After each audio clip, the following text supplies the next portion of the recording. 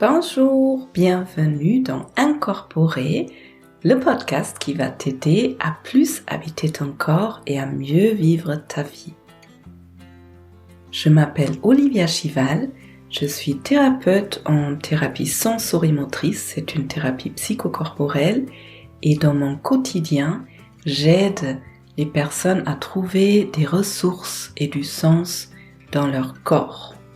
Même si je suis médecin, ici dans ce podcast, il ne s'agit pas d'une thérapie et je ne délivre pas de conseils médicaux. Il s'agit d'un endroit où j'ai envie de vous partager les outils, les ressources, les informations que j'ai trouvées sur mon chemin pour que vous puissiez être mieux dans votre vie. Bienvenue dans ce nouvel épisode dans lequel enfin j'ai de nouveau une invitée. J'ai avec moi aujourd'hui Mélanie Gatt. Mélanie est française et vit au Canada depuis un moment. Du coup, elle a carrément pris ce joli accent canadien. Elle est hypnothérapeute, elle est coach et elle fait des constellations familiales. Une constellation familiale, c'est un espace dans lequel je peux explorer ce qui se passe, par exemple, dans ma famille, dans un système dans lequel je vis. Et ça peut se faire soit avec plusieurs personnes dans un groupe ou bien en individuel. Mélanie nous explique tout ça, elle nous amène dans la définition de la constellation familiale. Et en fait, elle dit que souvent, nous portons des charges, des blessures, des responsabilités qui ne nous appartiennent pas. Et une constellation familiale, ça permet de me libérer de ce qui ne m'appartient pas. Ça permet des libérations émotionnelles et ça me permet de trouver ma propre place dans le système de la famille par exemple et dans ma vie du coup. Mélanie nous explique que dans un système, c'est un peu comme une chaîne. Quand vous tournez un maillon, ça va avoir une influence sur la chaîne entière et elle nous illustre comment une constellation familiale peut provoquer un changement à l'intérieur de moi qui va provoquer un changement chez les autres. Nous abordons aussi la place du corps dans cette forme d'accompagnement. Dans les constellations familiales, on est amené à ressentir des choses dans le corps et donc ça peut même nous apprendre à se connecter aux sensations. Et elle nous partage une mini constellation familiale. Comme ça, vous pouvez expérimenter vous-même ce que ça fait de se consteller sa propre famille. J'ai beaucoup aimé notre échange, j'aime beaucoup l'énergie joyeuse et légère de Mélanie et j'espère que tu trouves de l'inspiration dans cet épisode. Juste avant de commencer, une information. Mon cours en ligne Ma sécurité intérieure va reprendre ce printemps, juste l'info pour que tu le mettes quelque part dans ta tête et je vais te donner bientôt plus d'informations par rapport à ça. Avec tout ça dit, c'est parti pour l'épisode.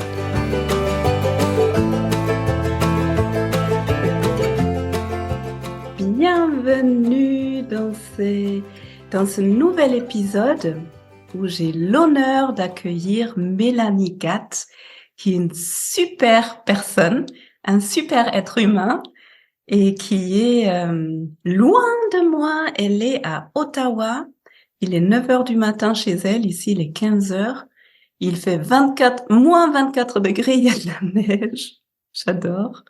Et Mélanie, qui s'appelle Coach Mel, elle a plein de formations différentes. Tu me corriges si je dis des bêtises, Mélanie. Alors là, tu es hypnothérapeute et tu organises des constellations familiales. tu t'es formé en PNL, tu fais du coaching, tu as fait des études en sociologie, tu étais dans la psychologie du travail. Ouais. Et j'ai l'impression que Mélanie, elle fait un super travail. J'ai eu la chance d'explorer ce que c'est une constellation familiale et je trouvais ça tellement extraordinaire. Ça faisait des années que je voulais en faire une en plus. Et ça c'est venu comme un cadeau. Je suis pas allée chercher. Et du coup, j'ai demandé à Mélanie de venir en interview. Bienvenue, Mélanie. Merci. Merci beaucoup, Olivia. Je suis très ravie que tu sois là, qu'on soit là ensemble. Et en général, je commence les entretiens, les interviews avec une question. Et j'aimerais bien te demander, Mélanie, si Mélanie, qui a 90 ans, donc toi dans quelques années, si Mélanie de 90 ans pouvait te voir là, sur cette chaise, en train de me parler, qu'est-ce qu'elle te dirait? Elle dirait, oh, quelle belle idée d'avoir changé de carrière, puis continue comme ça parce que finalement, ta deuxième carrière va devenir ta carrière principale. C'est celle qui durera le plus de temps, celle qui aura probablement le plus d'impact dans ma vie, dans celle de mes proches, dans celle de mes clients. Je crois que ma première carrière n'était pas nécessaire. Je pense qu'elle l'était. J'étais gestionnaire dans des associations, mais je pense que c'est ça qu'elle dirait. Oui, bravo, écoute-toi. Ah, c'est chouette. Elle serait fière de toi. Oui, je pense que oui, en fait. Je pense que je suis déjà contente et fière d'avoir fait ce changement-là de carrière, puis de m'être dirigée vers le coaching, vers l'hypnose, vers les constellations familiales. Ouais. Ça fait combien de temps que tu as changé? C'est encore récent, je trouve. Ça fait 4 ans. Ah oui. Alors, c'est quand même récent de se dire que ça fait 4 ans où j'ai arrêté le salariat, où j'ai arrêté la gestion en développement organisationnel d'équipe et de me dire où je pars mon entreprise, où je pars dans un milieu que je ne connaissais pas, le coaching. Je m'étais jamais fait coacher, j'avais jamais été voir des hypnos non plus. Les constellations familiales, c'est encore plus récent. J'ai connu ça il y a 2 ans. Donc, tout est très récent dans cette carrière-là, mais dans ma vie, tout va très vite. Donc, on dirait que 4 ans en temps de Mélanie, ça fait peut-être 8. Ouais. C'est impressionnant parce que quand on te rencontre, on a l'impression que tu as un long parcours. J'ai vraiment l'impression que tu habites ce que tu fais. Tu es une vraie thérapeute, une vraie accompagnante avec beaucoup de douceur, j'ai l'impression beaucoup d'expérience aussi derrière, hein. Oui, bah, c'est sûr que ça m'a pas empêché, moi, d'aller suivre des psychothérapies personnellement aussi, puis de m'intéresser. Tu sais, quand je suis allée faire les études, c'était un petit certificat. Tu sais, un certificat, c'est discours là au Québec, discours en psychologie du travail. C'était vraiment de la curiosité. Je voulais pas devenir psychologue. C'était vraiment juste par curiosité. Donc, toutes ces petites formations-là, ça a commencé à jouer à l'intérieur de moi. Puis là, on sent le mouvement qui arrive. Puis là, c'est l'éclosion finalement de OK, tout ça pour arriver à cette éclosion-là de ben oui, je me sens bien comme accompagnante, comme personne en relation d'aide. Oui, tout à fait, c'est ma place. Là, on a l'habitude de dire au Canada que je suis sur mon X, je suis comme à la place où je dois être là. C'est chouette, tu es à ta place et ça se ressent. Hmm. Ok, les constellations familiales. Je suis assez sûre qu'il y a pas mal de personnes qui nous écoutent qui se disent, mais c'est quoi, constellation familiale? Est-ce que tu voudrais nous amener un peu dans ce monde-là? Ben oui. Les constellations familiales, on part du principe que la famille, mais comme n'importe quel autre groupe, est un système. Donc, je prends souvent l'image de l'engrenage avec les petites roues crantées qui vont aller les unes dans les autres s'emboîter et quand une tourne, elle fait tourner tout le système. Et c'est un petit peu l'idée des constellations familiales, c'est de se dire que on va aller regarder un enjeu, un blocage, un schéma répétitif que quelqu'un aurait dans sa vie avec un angle de système, comme si je regardais comment le système gérait lui aussi ce schéma répétitif, ce blocage, cet enjeu. Ça, c'est la première étape. Et la deuxième étape, c'est justement de se dire, ben, si je fais tourner cette roue-là, qu'est-ce que ça fait dans le système? Comment ça le change? Quand tu dis système, c'est la famille, c'est tout mon entourage, c'est quoi? Exact. Ça peut être le clan. On commence souvent par le clan familial très restreint, donc papa, maman, moi, mes frères et sœurs. Mais évidemment, ça va plus loin. Il va y avoir les grands-parents qui peuvent rentrer en ligne de compte, les arrière-grands-parents aussi. Donc ça fait partie du système qui est justement ces petits pions-là un petit peu qui gravitent autour de toi. Mais on pourrait tout à fait décider que ce système, ce soit le système au travail, avec tes collègues de travail, ton superviseur, tes employés. Ça pourrait être le système à l'école. Donc, si tu es encore à l'école, tes collègues, tes camarades de classe. Donc, chaque groupe, puis c'est là où ça rejoint un petit peu la sociologue en moi, chaque groupe est un système à part entière. Alors, évidemment, dans les constellations familiales, on va, comme le nom l'indique, aller voir la famille comme un système avec ces petits trous crantés-là qui vont pouvoir travailler ensemble, en fait, se livrer des informations, puis bénéficier de l'énergie l'une de l'autre. Ok.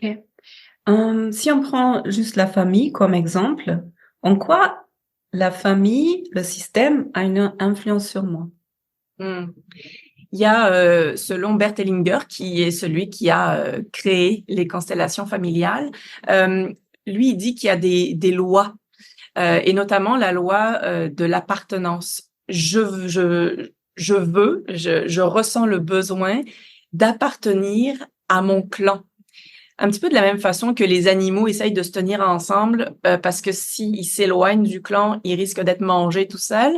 Eh ben, l'humain a le même réflexe, mais de manière un peu inconsciente, qui fait que je vais avoir envie de me tenir avec mon clan. Donc, je vais essayer de lui ressembler, de lui être fidèle.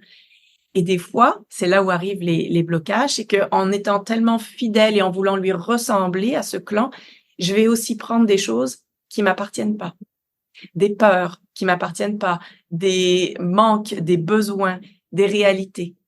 On peut imaginer une famille qui aurait subi la guerre.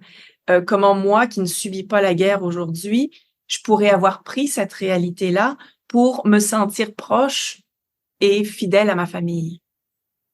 Et tout ça, ça se passe au niveau inconscient, j'imagine. Donc, Exact. même si je suis en conflit avec ma famille et si par exemple j'ai coupé les liens, ça risque de m'influencer dans mon quotidien. Absolument. Puis c'est un super bon point que tu apportes là parce que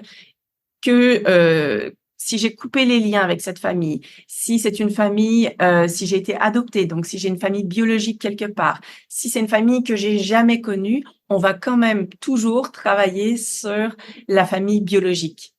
Donc, ça peut être un peu étonnant de se dire, ben, comment je fais pour travailler sur quelque chose que je connais pas?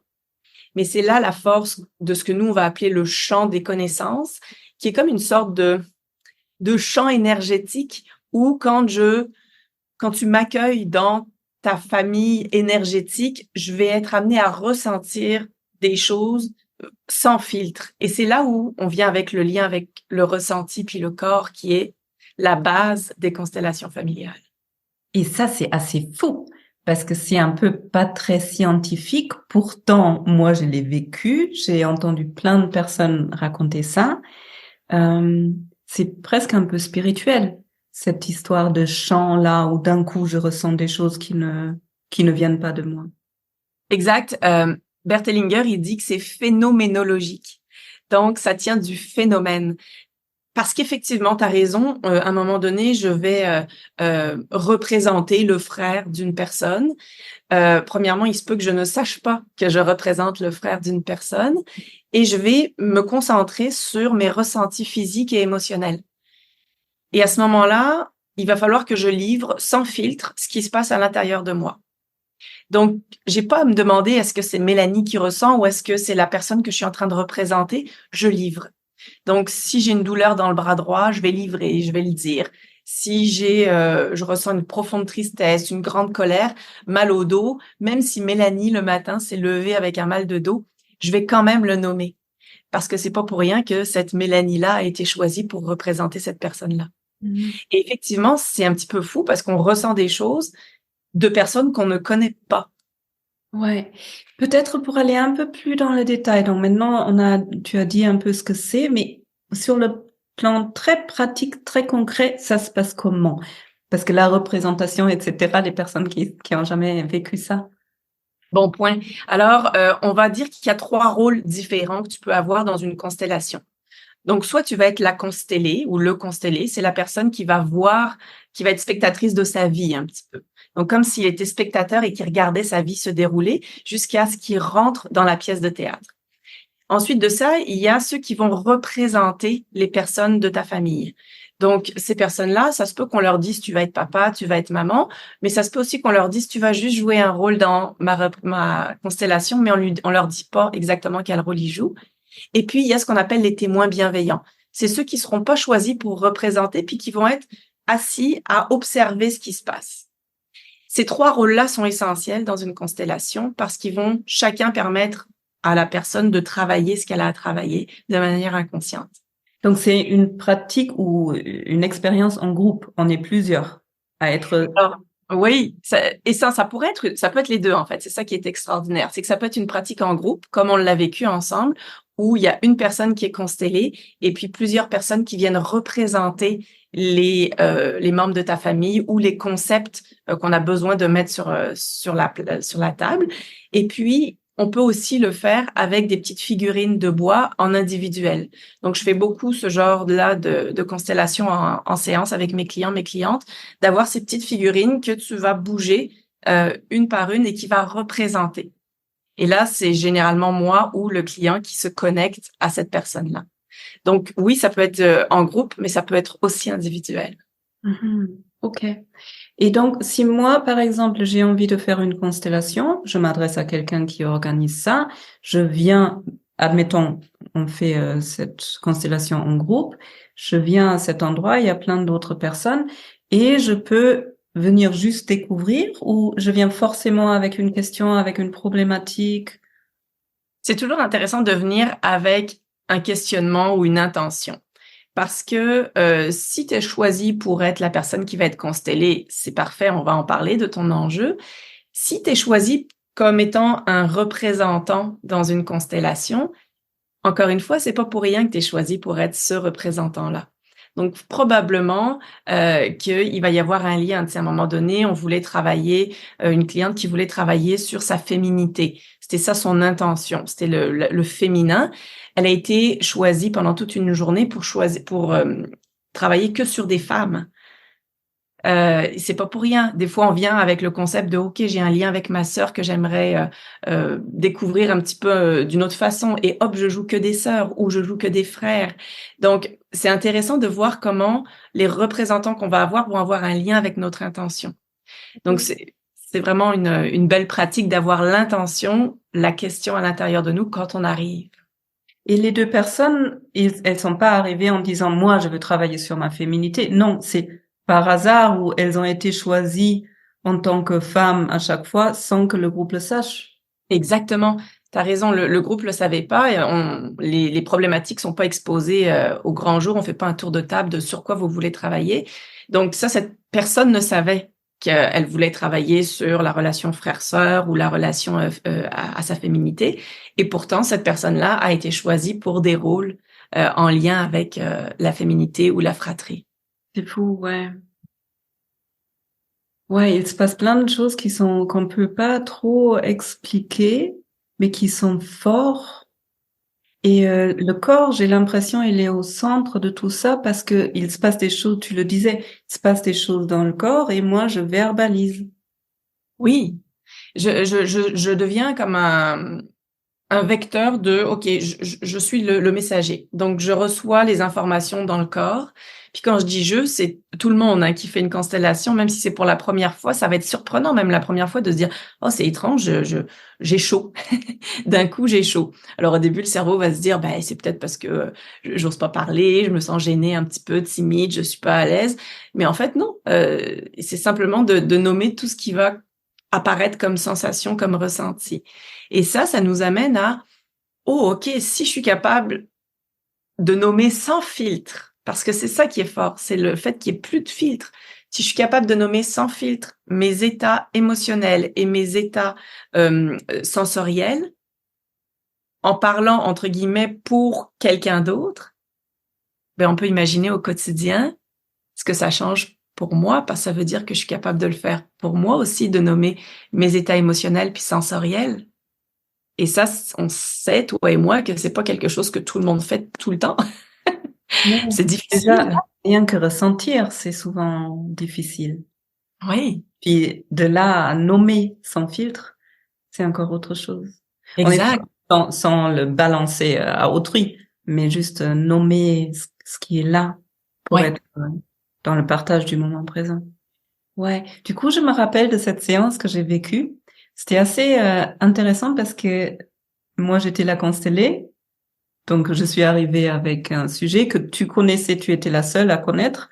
Puis, il y avait 1, 2, 3 personnes qui ont représenté des personnes de ma famille. Il y a une personne, je savais pas quoi faire avec elle. Elle est restée sur le canapé à regarder. Et je me souviens qu'à un moment donné, c'est elle, sans qu'on lui demande quoi que ce soit, elle a commencé à dire, je sens une colère! C'était trop. Et elle disait même, je sais pas d'où ça vient. Et d'un coup, j'ai ressenti, c'est juste. Je l'ai placée quelque part. Et puis, elle comprenait rien. Mais même après, elle m'a dit, mais j'ai pas compris qui est-ce que j'étais, Et puis, en quelque sorte, chez moi, ça faisait sens. Et elle a senti, il faut que je me déplace là, il faut que je me déplace là. Et ça fait sens en moi, sans que je mette des mots dessus. C'était très étrange. Ouais.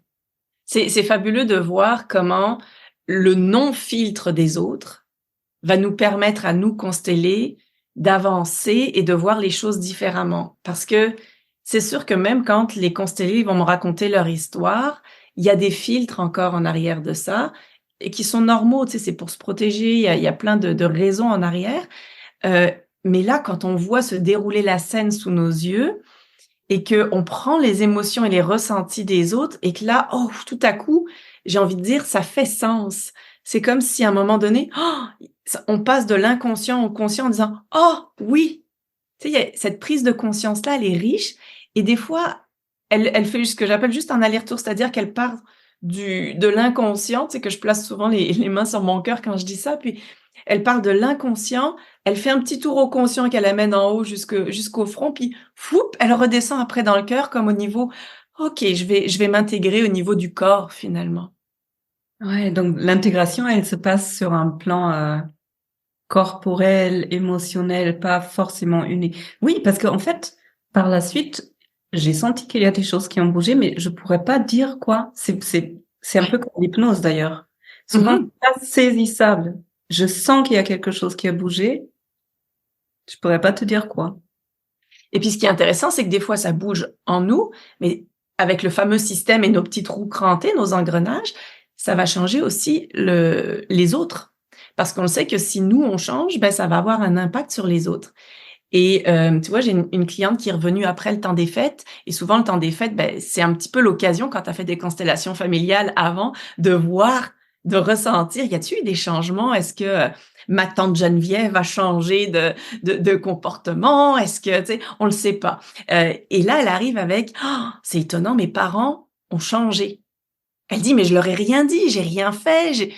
Alors, tu recadres à ce moment-là en disant, ben oui, tu as fait des choses, mais à un autre niveau que celui que tu es habitué à faire.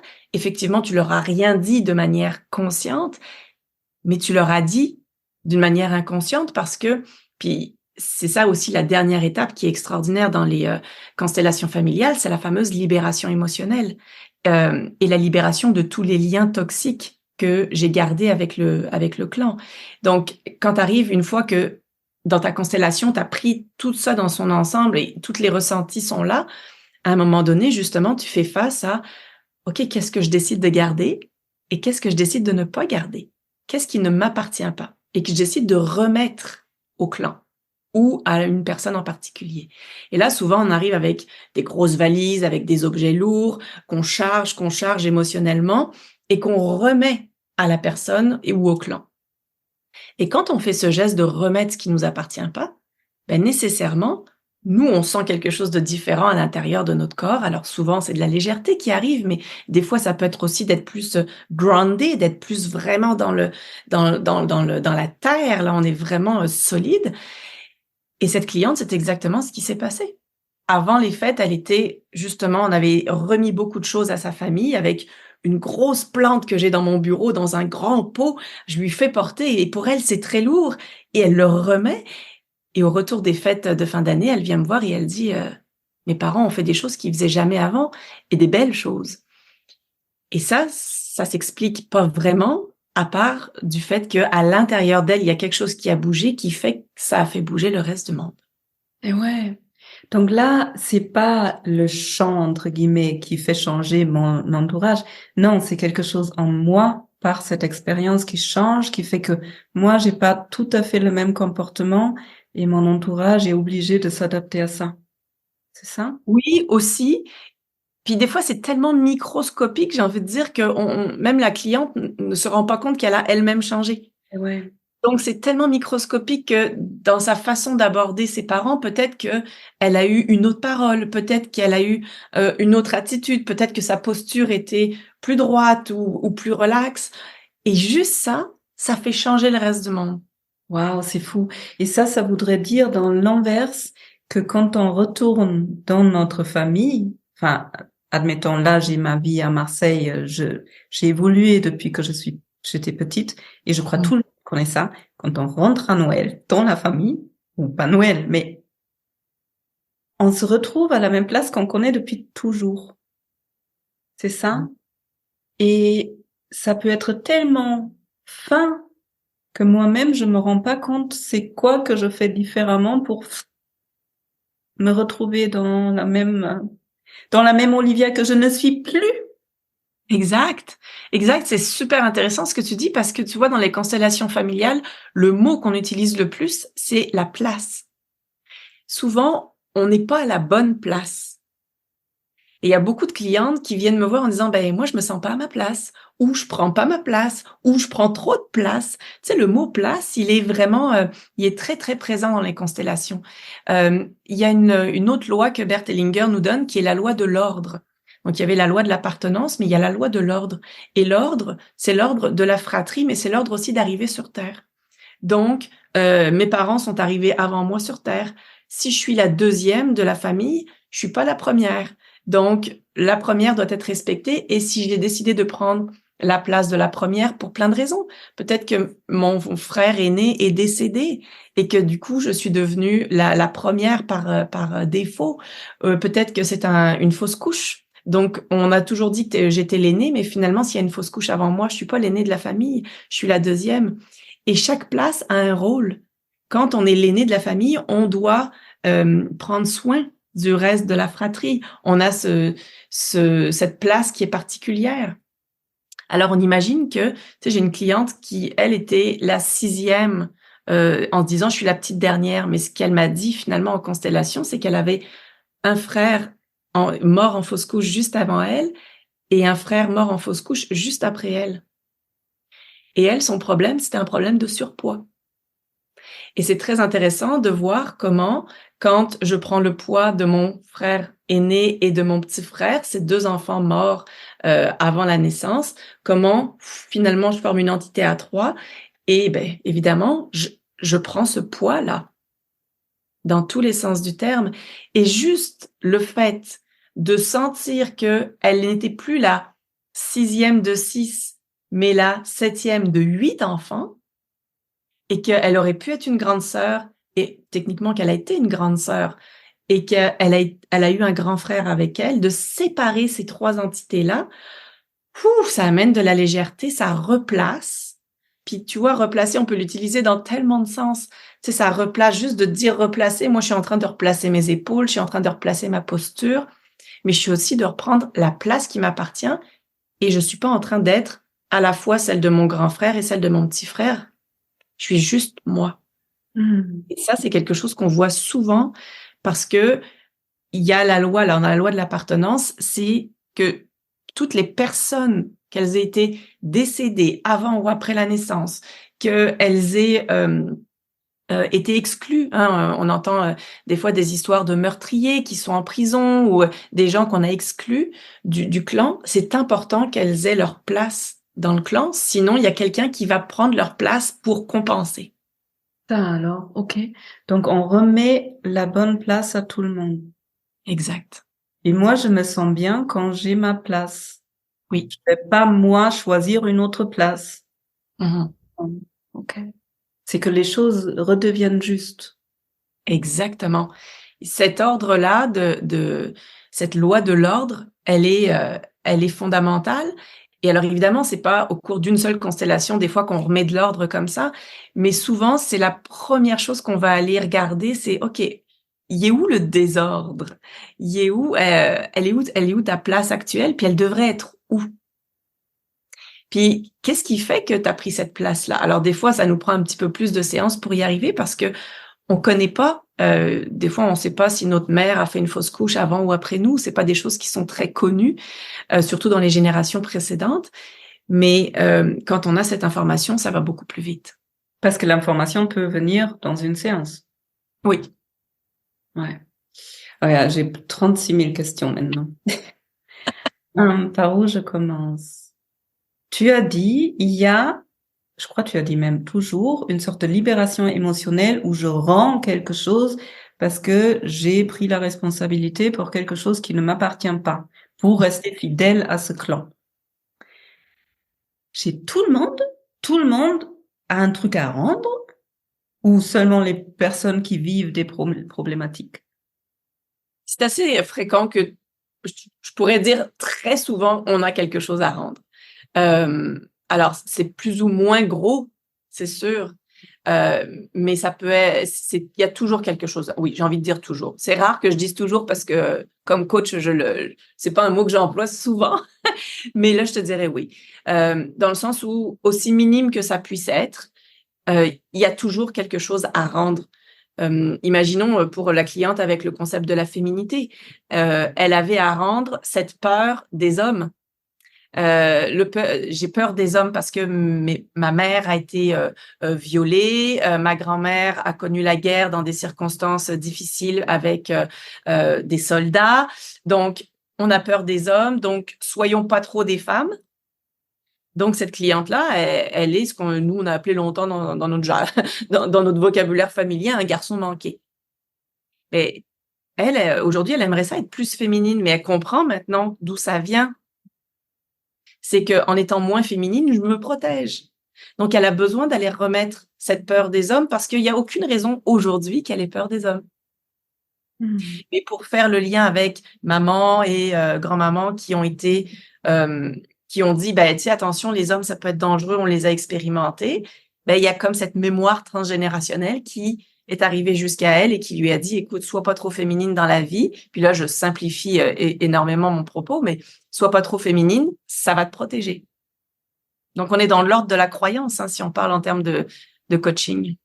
Et du coup, je peux imaginer qu'avec, il y a 36 000 formes de psychothérapie, mais j'ai l'impression que certaines choses peuvent aller beaucoup plus vite quand je les vois face à moi dans une constellation, plutôt que d'être dans mon petit coin à essayer de faire le lien avec les hommes et peut-être ma mère et puis, mais quand je suis en constellation et d'un coup je vois, Ah oui, c'est un raccourci exact. pour certaines choses. C'est un raccourci, ça, c'est flagrant, c'est frappant, parce que comme on demande, si on est en groupe, aux personnes qui représentent de n'avoir aucun filtre, il suffit que je représente le père de quelqu'un et que je ressente du dégoût pour mon enfant, ben je vais le nommer. Mais il y a personne qui, en psychothérapie, ira facilement dans le chemin de oui, je devais dégoûter mon père. C'est pas possible. Là, on va avoir le côté du père qui va parler en disant moi cet enfant-là me dégoûte. Qu'est-ce qui nous protège d'informations qui sont fausses? Comment on sait que vraiment mon père a été dégoûté quand il m'a eu et ça appartient peut-être pas quand même à cette personne qui représente mon père? On a une sorte de baromètre qui est là, qui fait que la personne qui fait sa constellation, au début, elle aussi, elle est représentée par quelqu'un d'autre. Donc, si moi je décide de faire ma constellation, je vais avoir, avant de rentrer dans le champ, je vais être un petit peu spectatrice et il y a quelqu'un d'autre qui va me représenter. Et donc, quand moi je rentre dans ma constellation, je vais garder cette personne-là à côté de moi. Et la personne qui facilite, qui anime la constellation, va s'en servir comme d'un baromètre pour valider si, OK, c'est-tu correct ce qui se passe? C'est-tu, j'ai envie de dire vrai, mais c'est-tu juste? C'est tout à fait le mot que tu utilises, puis c'est le très bon mot. Est-ce que c'est juste? Comment tu te sens avec ça? Et ce baromètre-là, il est extraordinaire parce que si la constellée arrive pas à s'ouvrir pour une raison ou pour une autre, ben, sa représentante peut l'aider à la pousser un petit peu pour dire, OK, oui, on y va, là, go. Et ça, c'est magnifique à voir ce duo ensemble. C'est très étrange, mais bon, je l'ai vécu, donc je sais qu'il y a des choses qui existent sur cette terre qu'on peut pas forcément comprendre avec notre. Ouais. J'ai envie de revenir un peu sur le corps. Donc, c'est quand même des choses que je ressens, que je nomme. Est-ce que, donc, si j'ai bien compris aussi, on peut faire une constellation et s'arrêter là, comme on peut en faire plein. Mhm. Est-ce que ça peut être un outil? Tu sais, il y a des personnes qui sont très coupées des sensations et soit c'est très anxiogène de ressentir, souvent quand on a vécu des traumatismes, soit juste je suis coupée et je ne ressens rien du tout. Est-ce que ça peut être un outil pour ces personnes-là de se s'habituer de nouveau à ressentir, ou est-ce que ces personnes qui ressentent rien, c'est pas utile qu'elles fassent des constellations parce que de toute façon, du coup, elles sentent rien, ou... Mm. Ben, c'est là où j'ai deux réponses. La première, c'est si tu as envie de commencer à ressentir tout en étant ce que j'appellerais dans ta zone de sécurité, ça va être intéressant de venir comme représentant. Donc, tu expérimentes sans grand danger d'être surpris sur ton passé ou ce genre de choses-là qui risquerait peut-être d'être un petit peu trop gros à prendre pour toi au début. Mais si je représente la grand-mère de telle personne que je connais pas, oh, je vais commencer à apprendre à gérer mes ressentis puis à les nommer. Donc, ça peut être un premier apprentissage. Ensuite de ça, quand il y a une personne qui a de la misère, que c'est difficile pour elle à s'ouvrir, à aller chercher ses ressentis pour toutes sortes de raisons, c'est là où notre fameux baromètre va être très intéressant. Donc, cette personne qui te représente toi dans ta constellation, elle va s'ouvrir pour toi. Elle va comme en même temps ouvrir la voie, ouvrir le chemin pour toi, pour t'amener tranquillement vers ce qui va être important pour toi aujourd'hui. Et c'est ça qui est aussi important à nommer, c'est que c'est important pour toi aujourd'hui. Ça ne veut pas dire qu'aujourd'hui, on va faire tout le travail qui va faire que demain, tu vas être capable de t'exprimer complètement librement dans tes émotions alors qu'aujourd'hui, tu pouvais rien dire. C'est quoi le petit pas que tu vas faire aujourd'hui? De quoi tu as besoin aujourd'hui? Puis ben, l'animatrice ou l'animateur des constellations, c'est sûr qu'il a son rôle à jouer là-dedans. De faire attention que le système nerveux parte pas dans tous les sens, que on l'apaise, que quand il y a trop d'émotions, on ramène ça à OK. Comment c'est quand on éloigne un petit peu? Comment c'est dans ton corps en ce moment? Reviens avec moi. Respire. Pour repartir ensuite tranquillement sur le chemin. Donc là encore, il y a comme des allers-retours sécuritaires et sécurisants, j'ai envie de dire, pour oh, on y va, mais on a toujours la possibilité de revenir un petit peu en arrière dans un moment plus présent, posé, agréable, dans quelque chose qui est pas épeurant, qui fait pas peur. Ouais. Donc, ça peut être un vrai chemin. On est accompagné vers, il y a des sensations, et comment je peux même les moduler, les ressentir, m'ouvrir à ça en sécurité. Oui. Puis souvent, d'ailleurs, quand il va y avoir des premières sensations, surtout pour une personne pour qui c'est nouveau, on va y rester un instant. On n'ira pas plus loin tout de suite, juste pour prendre le temps, de connaître ces sensations-là, de les apprivoiser, de jouer avec elles, de voir comment est-ce que je pourrais la moduler, comment elle me parle, cette sensation-là. Tu sais, d'aller chercher tout ce petit côté-là de comment je bouge avec cette nouvelle sensation, comment je me sens avec cette nouvelle réalité, et est-ce que je suis prête ou prêt à aller faire un prochain pas? Wow. Et si oui, on y va, mais il y a des clients pour qui non, c'est trop. On va juste rester à ce premier pas-là pour une première fois. Ouais, donc on respecte vraiment aussi cette fenêtre de tolérance de chacun. Oui. Ouais, génial. Alors, tu as parlé de sécurité. Plusieurs fois, tu as nommé le mot. Qu'est-ce que c'est pour toi ma sécurité intérieure? Ah, c'est beau. Tu sais, cette sécurité intérieure, c'est à la fois là où je me sens pas en danger, je me sens, puis tu vois, je peux même pas dire je me sens bien parce que ça pourrait être des fois que je me sens faussement bien, mais en même temps, c'est d'arriver à nommer, OK, là, je me sens peut-être en insécurité. Et à partir du moment où je suis capable de nommer où est mon insécurité, ben, je peux voir où je suis en sécurité, peut-être pas pour les raisons, heu, qui sont les bonnes pour moi, mais en tout cas qui fonctionnent. C'est comme une stratégie qui fonctionnerait, mais qui serait pas la meilleure, mais on le dit souvent en PNL, c'est souvent le meilleur choix possible que je fais parmi ceux que j'ai. Et il y a des fois, ben, c'est ça, je ne connais pas d'autres choix. Les constellations, ça va aider à voir ces autres choix, à ouvrir le choix des possibilités et donc tout en étant en sécurité, à la fois accompagné par l'animatrice, l'animateur, mais accompagné par le groupe aussi et par celui ou celle qui me représente. Ça, c'est fort, hein, d'être accompagné par une sorte de double qui ressent exactement les mêmes choses que moi sans aucun filtre. Ça, c'est vraiment spécial d'avoir un double à côté de soi. Ça arrive jamais dans la vie. Et là, on a un double qui nous accompagne, qui ressent exactement les mêmes choses que nous et qui va pouvoir nous guider vers avoir nos insécurités, mais à rester en sécurité. C'est comme si lui nous groundait complètement, là. L'ancrage. Ouais, un bel ancrage. Ouais. Ouais, il y a tellement de façons d'être ancré et l'ancrage nous donne aussi de la sécurité, cette Oui. connexion à la terre, à quelque chose qui est là pour nous porter, nourrir. Mhm. Merci. Mélanie, j'ai encore 2000 et quelques questions, mais on va déjà arriver tout doucement vers la fin. Tu avais une expérience que tu voulais partager, c'est ça?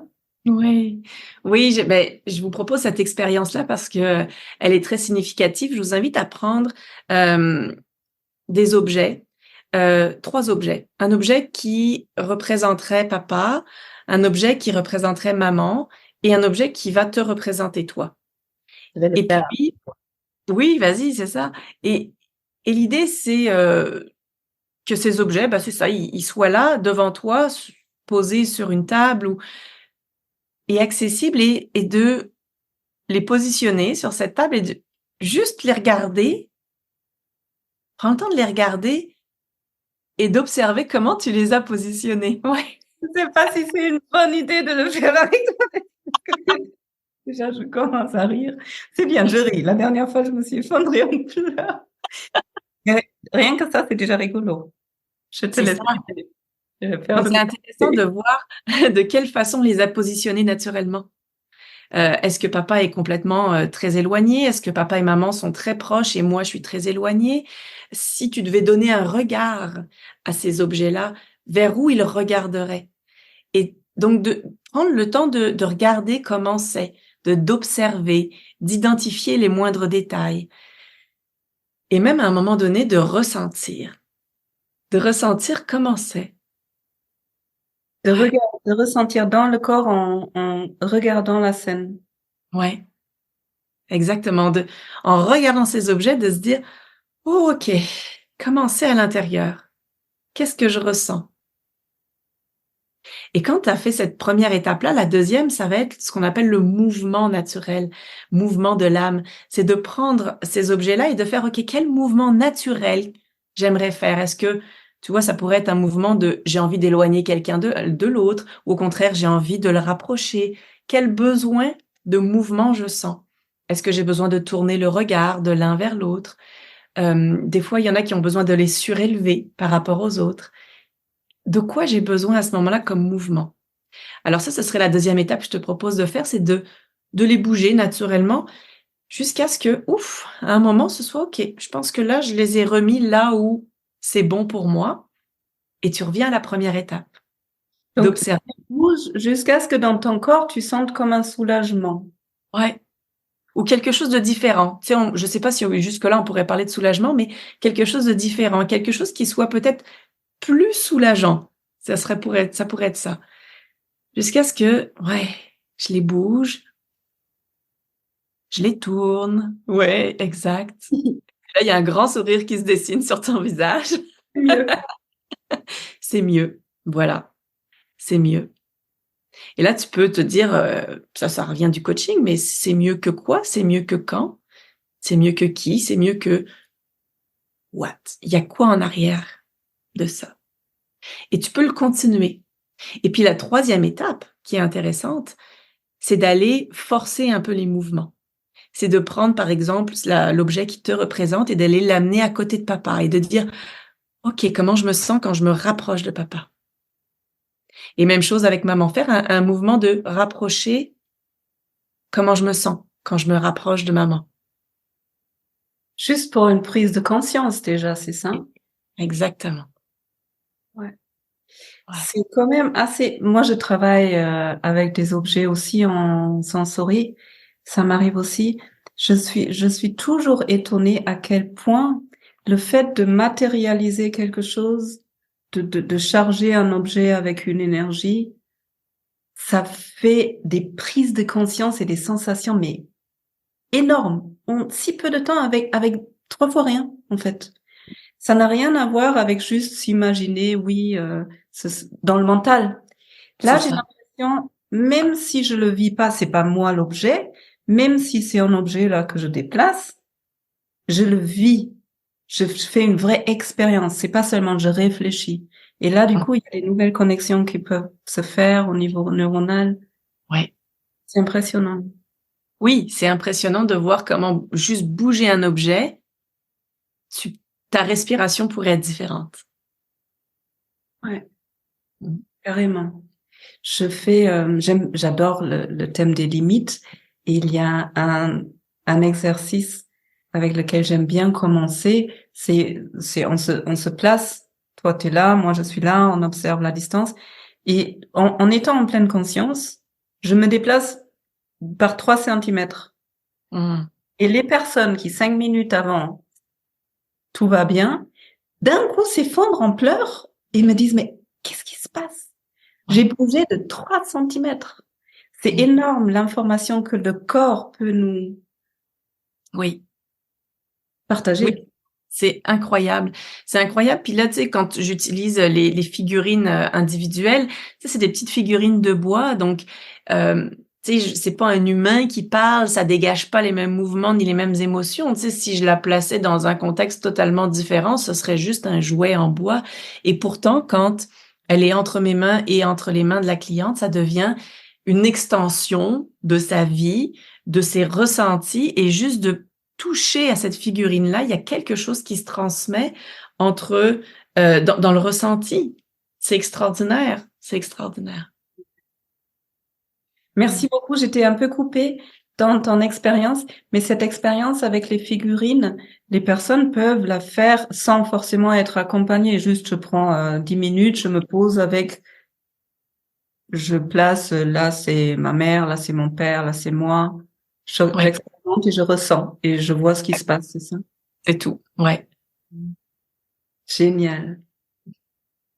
Merci beaucoup. Waouh, c'était riche. Et il y a encore tellement de questions ouvertes. Pour une prochaine fois. Oui. Est-ce que toi, tu aurais envie, est-ce qu'il y a quelque chose qui a besoin d'être dit encore pour que ça fasse rond pour toi ou est-ce que ça te semble juste comme ça? Oui, ça me semble juste. Oui, oui, c'est bon. Mmh. Alors, il y a quand même une question qui me... Qu'est-ce qui t'a amené à... comment on en arrive là à devenir accompagnatrice de thérapie familiale? Qu'est-ce qui t'a appelé? Tu sais le dire? Ah, c'est une bonne question, mais je pense que, tu sais, j'avais beaucoup de ce travail de fidélité au clan à faire moi-même. Et de voir comment ça m'a beaucoup aidé à comprendre, à intérioriser, à ressentir plein de choses, à remonter au conscient. J'avais beaucoup de choses à sortir et de le faire et de voir la force que ça pouvait avoir. Pour moi, ensuite, c'est devenu naturellement un autre outil avec coaching, hypnose, constellation familiale. C'était totalement cohérent. C'est comme vraiment un continuum parfait pour moi d'outils que mes clients peuvent utiliser. Donc, tu sais, ça part souvent d'un besoin qu'on avait. Moi, j'avais ce besoin de me libérer de ces mémoires transgénérationnelles. Merci d'avoir partagé ça. Tu continues à faire des constellations ou à un moment donné, c'est bon, ça reste? Oh non, non, je continue là, j'en mange, là, je continue à en faire, à être constellée, à être représentante. Oui, absolument. Et puis, chacune des constellations que je fais avec mes clients, elles me parlent aussi, hein, ça résonne nécessairement. C'est pas pour rien que je rencontre ces clients-là aussi. Donc, c'est intéressant de se dire qu'à chaque fois que je refais une constellation individuelle, il y a une part de moi qui continue de travailler. Wow.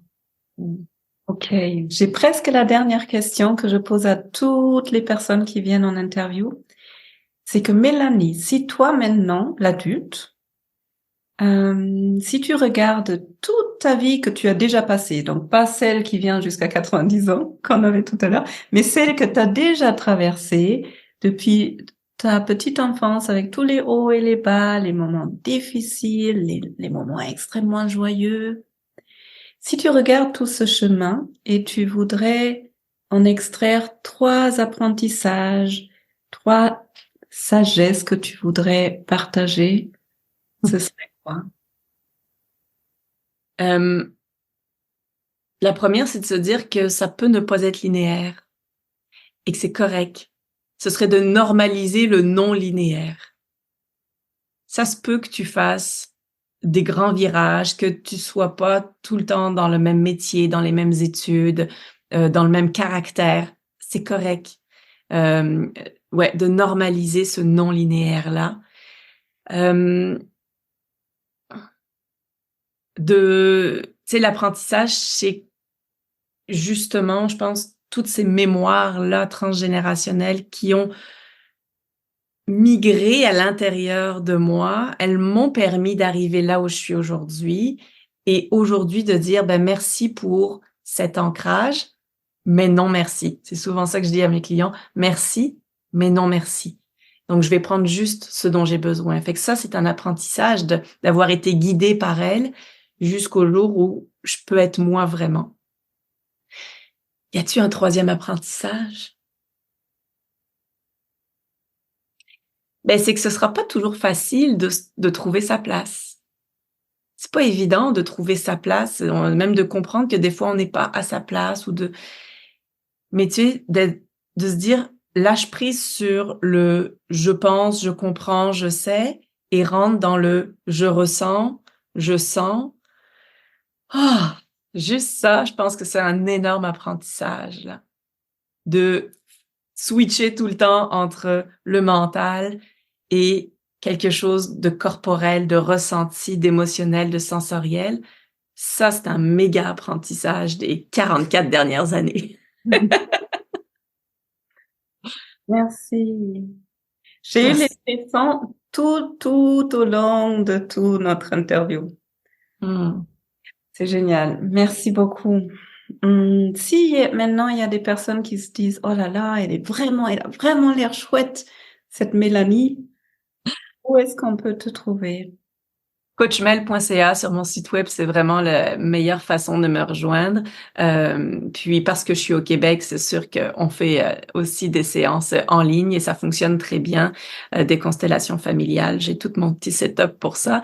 Donc, on n'est pas obligé de les faire en groupe, mais juste individuel en ligne, ça fonctionne très bien. Sinon, tout est sur le site web, coachmel.ca.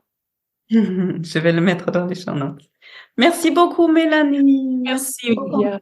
Pour ton énergie et pour tous ces partages. Merci beaucoup. Merci à toi.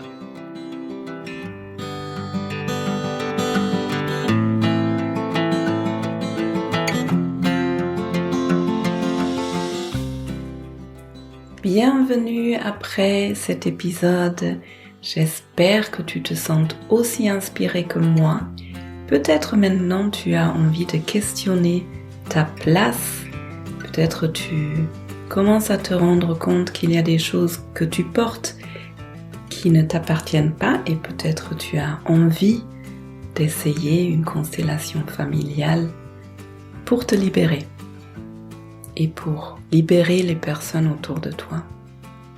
Ce que Mélanie n'a pas dit, elle est aussi sur Instagram, donc n'hésite pas à aller la voir, à lui laisser de l'amour, un commentaire. Et si tu apprécies mon travail, tu peux me laisser des commentaires sur les plateformes. Tu peux me laisser un pouce vers le haut si tu écoutes, si tu regardes sur YouTube. Ça permet à plus de personnes de trouver ces ressources pour agrandir leur boîte d'outils pour aller mieux. Et si tu as envie de savoir un peu plus sur moi et sur mon travail, tu peux t'inscrire à la lettre d'Olivia. C'est ma newsletter qui sort tous les premiers du mois.